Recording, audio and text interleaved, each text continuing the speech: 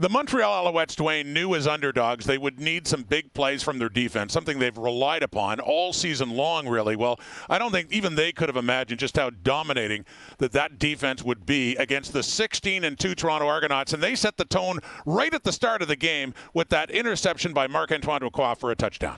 Yeah, and that was an absolutely massive play because the Toronto Argonauts looked good coming out of the gate. They marched down the field. They're inside Montreal's 10-yard line on their opening possession. And then Dequoy comes up with the interception, returns it 100-plus yards for the touchdown, and gives the Alouettes what I think was an incredibly important 7-0 lead in this football game. Allowed them to play from ahead for the entire game. Take points off the board again. Later in the first half, they come up with a stop turnover on downs. One of 2 times in the first half, they were able to do that, stopping the Argos in short yardage. Sean Lemon, a huge strip after the Alouettes only turnover of the game to get them the ball right back. That gets them to halftime, and then in the third quarter, they just had that Chad Kelly looking thoroughly confused, intercepting him 3 times. The biggest interception, of course, and biggest play being that pick 6 by Kabianento's second one of the day. Alouettes defense was flying around throughout this football game, setting the tone. They also got a special teams touchdown in this game. Couple offensive touchdowns, terrific in all 3 phases of the game, but the story, no question, was the Alouettes D. Well, and the turnover ratio. Toronto was far and away the best in the CFL in the regular season. They were a -8 in this one. 2 takeaways by Darnell Sankey and Sean Lemon standing by with Matthew Shinetti. Darnell and Sean, I know your additions really changed this defense, but Sean, I got to start with you because this is 2 straight weeks you've given me a prediction and it's come true. Do you want to remind everybody at home what you told me before kickoff? I said, get ready. We're about to shock the world. I think the world's pretty shocked right now. Darnell, what did you guys know in the locker room that 26,500 were about to witness? Yeah, none of that matters. The only thing that matters is that we believed. We believed all week, all season long. Ever since I got here, that's been the motto. We believe in us. People counted us out.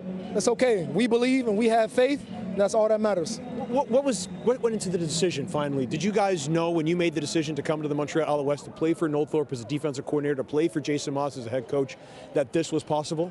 Well, I knew that I could be a great addition to this already great defense. I seen what Coach Thorpe was doing schematically, and I felt like I fit that scheme. And after a few weeks of being here, I knew we were missing one piece. And me and Darnell me and Sankey talk at least 2 times a week. And I was just trying everything I could do to get Sankey to come here. And I'm glad he decided to come because I knew that leadership and that toughness and that hard hitting would take us over the top. Darnell, what was the pitch? Because Sean Lemon likes to sell, and he certainly sells his talent, but how did he sell you on becoming an Alouette? Yeah, he just, right when I made the decision to come back up, he was one of the first, probably the first guy up here to call me. Say, hey, I got a place for you. He called me for a couple of weeks through the negotiation process. A couple other teams I was looking at, but my man right here and Fajardo, to be honest, they was 2 of the real deciding factors. They did a great job, and he told me, like he said, Coach Thorpe is an amazing D coordinator.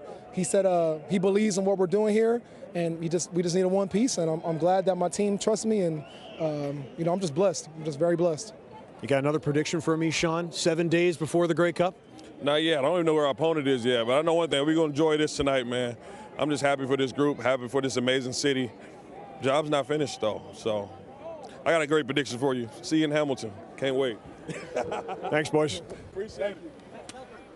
2 key additions to that Alouette defense, by the way, during the season with Sankey coming in, and they've been really lights out since then with this big win. What can you say, like 1989 Edmonton, about these Toronto Argonauts? Record, 16 victories in the regular season, but people are just going to remember that final game.